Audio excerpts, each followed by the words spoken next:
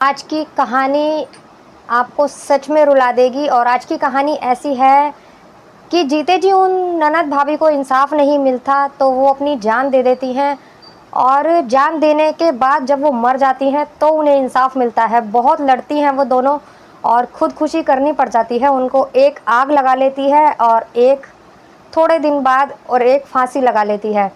दोस्तों, मैं गीता गुप्ता, स्वागत है आप लोगों का मेरी आज की एक नई सच्ची कहानी में। जय माता दी। और अगर आपको वीडियो अच्छी लगे तो प्लीज़ वीडियो को लाइक कर दीजिए, और अगर चैनल पर नए हैं तो चैनल को भी सब्सक्राइब कर दीजिए। ये कहानी है एक लड़की की जो पढ़ना चाहती थी, उसे पढ़ने का बहुत शौक था।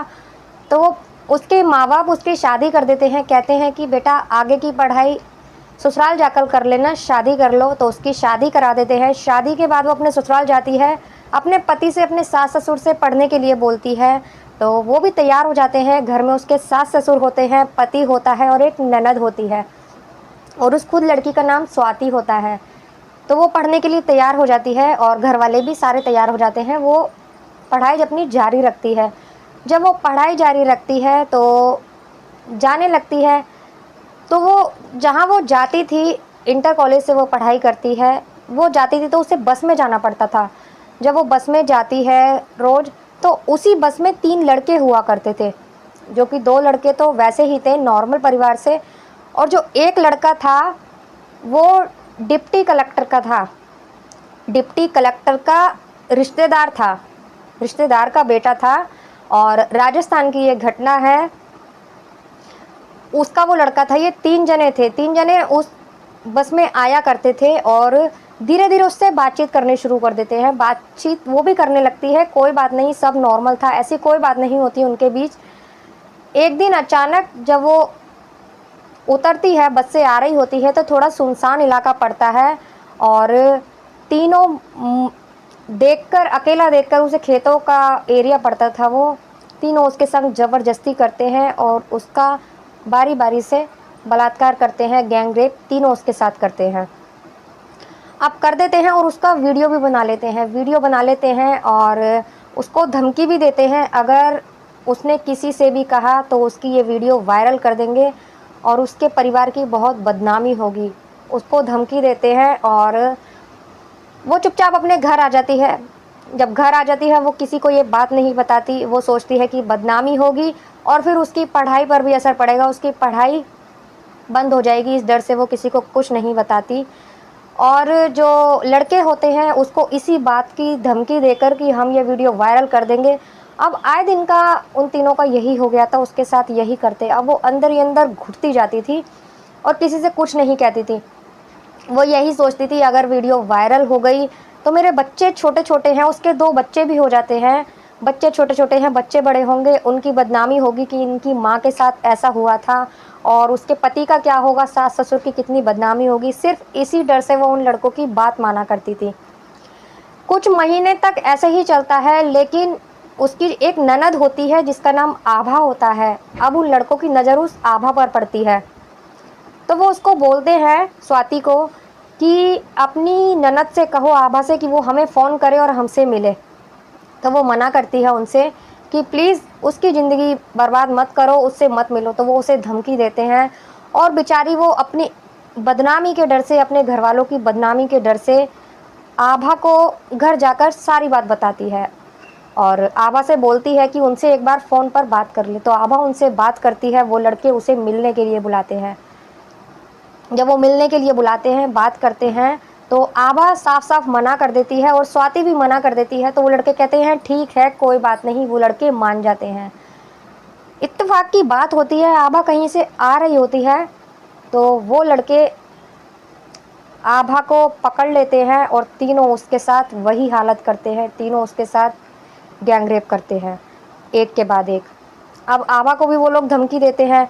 धीरे धीरे ये सिलसिला चलता रहता है। जब ये सिलसिला चलता रहता है, जब वो आभा आकर अपनी भाभी को सारी बात बताती है, जब वो सारी बात बताती है अपनी भाभी को, तो वो सोचती है कि इसके साथ मेरी वजह से ये सब कुछ हुआ है और अब यही सब चलता रहेगा, मेरी ही तरह इसकी भी ज़िंदगी बर्बाद हो रही है।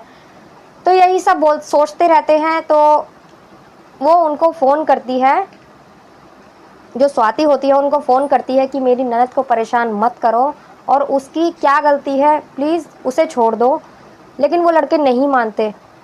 एक दिन वो दोनों ननद भाभी कहीं जा रहे होते हैं और इत्तेफाक से जैसे वो लड़के उनका ही पीछा कर रहे थे, फिर से वही सुनसान एरिया, वही खेत खलियान, वही पड़ते हैं। इस बार उन तीनों लड़के हद पार कर देते हैं, दोनों के साथ बारी बारी गैंग रेप करते हैं, दोनों को एक साथ बलात्कार करते हैं।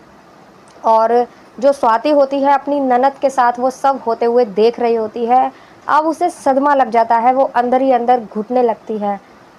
वो तीनों घर तो आ जाते हैं, लेकिन वो घुटने लगती है अंदर ही अंदर कि मेरी वजह से मेरी ननद इतना सब कुछ झेल रही है, इतना सब कुछ बर्दाश्त कर रही है। वो दोनों डर के मारे किसी से कुछ नहीं कहते।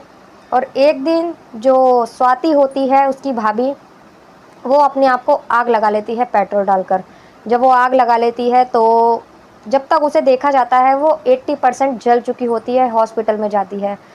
जब वो हॉस्पिटल में होती है तो उसके मायके वाले जो होते हैं वो उसके ससुराल वालों पर दहेज का आरोप लगा देते हैं और कहते हैं कि हमारी बेटी को इन लोगों ने जलाया है। इसके पति, इसकी ननद और इसके सास ससुर तीनों पर आरोप लगाती है, लेकिन कोई सबूत नहीं मिलता क्योंकि अब तक स्टेटमेंट नहीं दिया था स्वाति ने, तो उनको गिरफ्तार नहीं किया जाता। और हॉस्पिटल में जब वो 80% जल चुकी होती है, उसको थोड़ा सा होश आता है, वो बोलने लायक होती है, तो वो गांव वालों के सामने, मोहल्ले पड़ोस के सामने अपना बयान देती है कि मुझे मेरे ससुराल वालों ने नहीं जलाया है और मैं खुद ने अपनी जान ली है, मैंने खुद को आग लगाई थी। वो यही बोलती है। तो ये इन पर से वो क्लेम हट जाता है। उसके मायके वाले फिर पीछे हट जाते हैं कि हमारी बेटी ने स्टेटमेंट दे दिया है, और देने के बाद वो अचानक उसकी मौत हो जाती है स्वाति की, वो आत्महत्या कर लेती है। अब जब वो आत्महत्या कर लेती है तो जो आभा होती है उसकी नंद, वो अंदर ही अंदर ये सोचती रहती है कि मेरी भाभी ने आत्महत्या कर ली उन 3 लड़कों की वजह से। तो वो पुलिस में जाने का फैसला करती है। फिर वो पुलिस स्टेशन जाती है और पुलिस के सामने सारी बात रखती है। अब जब वो सारी बात रखती है तो जब वो पुलिस वाले होते हैं तो उसको डांटते हैं और उसको बोलते हैं कि 1 महीना हो गया इस चीज़ को और अब आ रही हो, अब तक क्या कर रही थी। तो एक अकेले कमरे में पुलिस वाले उससे एक के बाद एक सवाल पूछते थे। अब तक उसका रेप किया जा रहा था, उसे बेइज्जत किया जा रहा था। अब पुलिस वाले उसको रोज बेइज्जत करते थे, बारीकी से उससे एक एक क्वेश्चन पूछते थे कि कैसे हुआ, क्या हुआ, कौन से लड़के ने क्या किया। अब उसको रोज बेइज्जत किया जाता था, लेकिन वो सब कुछ बर्दाश्त कर रही थी कि मुझे और मेरी भाभी को इंसाफ मिलेगा। लेकिन ऐसा कुछ नहीं होता।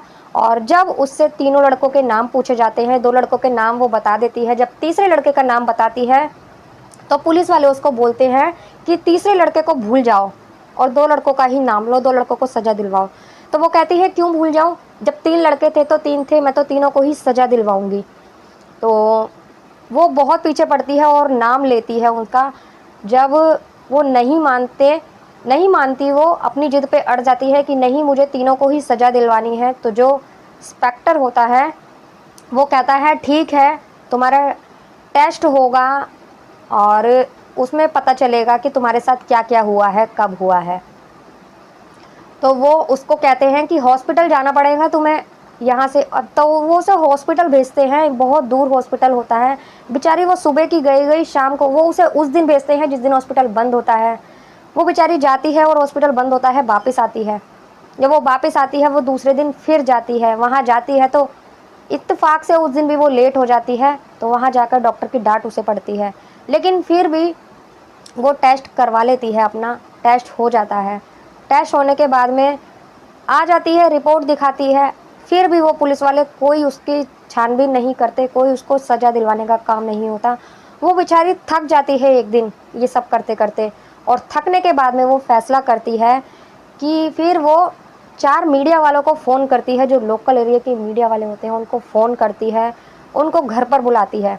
जब वो घर पर आते हैं तो अपनी दास्तां, अपनी भाभी की और अपनी दास्तां सारी बता देती है कि मेरी भाभी ने जो आत्महत्या की है वो इन 3 लड़कों की वजह से की है, और मैंने बहुत कोशिश कर ली लेकिन उनको सज़ा नहीं मिल रही क्योंकि वो डिप्टी कलेक्टर का एक रिश्तेदार का बेटा है, इसीलिए। अब चारों न्यूज़ वाले न्यूज़ लेकर अपने अपने घर चले जाते हैं, न्यूज़ डालने की तैयारी करते हैं। और इधर 12 घंटे बाद जब वो रिपोर्टरों को बुला के अपनी बात बताती है, मीडिया वालों को, उसके ठीक 12 घंटे बाद वो अपने कमरे में होती है। उसका भाई कहता है कि आज खाना खाने नहीं आई आभा। तो वो आवाज़ लगाता हुआ अपनी जब बहन के कमरे में जाता है तो देखता है कि उसकी बहन पंखे से झूली हुई है। वो जब अंदर जाता है उसको उतारा जाता है, देखा जाता है। तो जब मीडिया के ज़रिए सारी सच्चाई सामने आ गई तो उसके घर वालों को भी पता ही लगती है। तो उसके माँ-बाप और उसका भाई उसकी बॉडी को हाथ में उठाकर पुलिस स्टेशन जाते हैं और बोलते हैं कि हमें इंसाफ चाहिए। अब तक जो पुलिस वाले शांत बैठे थे, उसकी सुनवाई नहीं कर रहे थे। अब उसके सामने जो आभा जिंदा आया करती थी, आभा को डराया करते थे, अब उसकी बॉडी को देखकर वो पुलिस वाले डरने लगे थे, आभा की बॉडी को देखकर। अब वो कहने लगे अब बात बढ़ चुकी है, अब कुछ करना पड़ेगा।